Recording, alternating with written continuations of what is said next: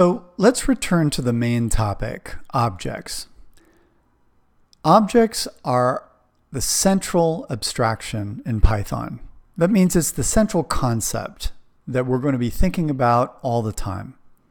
Almost everything we understand about Python centers around its objects. Now, what is an object? Well, earlier we defined an object as a data value of a particular type. And now I'm going to add one additional aspect with characteristic behavior. Now, there are 9 object types that we're going to look at in this class, but in the session, we'll only review 3 of these: the integer, the float, and the string. And we looked at these in the earlier video. Here are examples.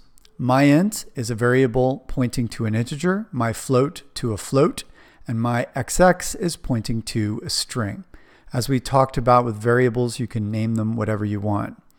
What makes myFloat a float? It's not that we named it myFloat.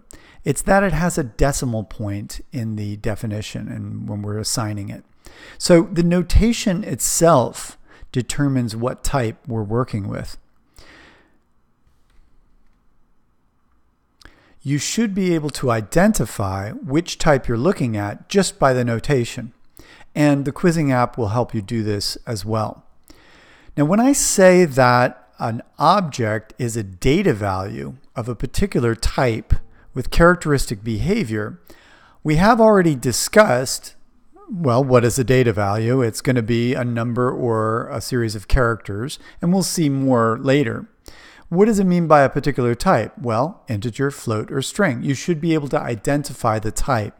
And the reason that's so important is that each object type has its own way of acting when you do certain things. Let me give you a simple example. If I were to create another string, and I'm deliberately making it look like a number to make a point, what we're going to find is that these objects behave a particular way based on their type. So if I say A equals myInt plus myFloat, I think you can see what I'm going to get. I mean, anyone can add 15 and 15.0. You may not know that the result is a float, although we did look at this example before. But that is the case. If an int and a float are added together, we end up with a float. For the most part, we don't really have to differentiate too much between integers and floats. But watch what happens if we try to add a string to another string. We're going to end up with this. Now, I hope you can see what it's doing. It's taking the 15.0 and it's concatenating it to the 30.05. In other words, the actual value of the string doesn't have any bearing on how the value will be treated when we try to do something. What matters is the type. The reason that we're seeing 30.0 or a sum with the numbers and this longer string with the string is because of the object type. MyXX is a string, YY is another string. If you use a plus sign between two strings, it will concatenate them, and the value coming back that we're assigning to B will be another string. I should say that this is a string. This is not a sum, this is a float. I just wanted to point out the difference in behavior. So the purpose of this video is to show you why type matters and how different types will behave differently.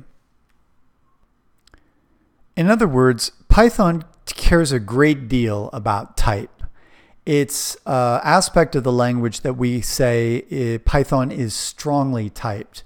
Other languages are weakly typed or strongly typed depending, but Python is strongly typed. That means exactly what we said. The type matters when we're doing an operation. In fact, most of your thinking will be arranged around objects and how they behave. In other words, what does this type do? What does that type do? You may have noticed that it doesn't matter if we're working with an integer or a float. You can make two integers, two floats. They're still going to work the same way, and that's just the characteristic of integers and floats. Strings are very different. Strings behave differently, and they really behave according to their nature. In fact, a lot of what we're going to see with object types we'll be able to characterize that type, say what it's for and how it's intended to work, and then we're going to see a great deal of consistency with that particular type. In that way, we'll be able to see that an object's behavior is characteristic of that type, and that all objects of a particular type will behave in that characteristic way. One other thing I should mention, just to show what strongly typed means, is that if we do something that Python wasn't expecting, let's say I had a string and an int, and I wanted to add those two together, what would happen? One possibility is that Python will look at the values involved and say, oh wait, my XX looks like a float. Why don't I just convert it to a float and I'll give it 30.0. Or Python may look at the string and the int and say, well, I think the string should win out and I'll make the 15 into a string. But no, what we get instead is something called a type error exception. This is where Python stops working. It tells you that you're working with the wrong type, and we'll now have to decide what we want the code to do and take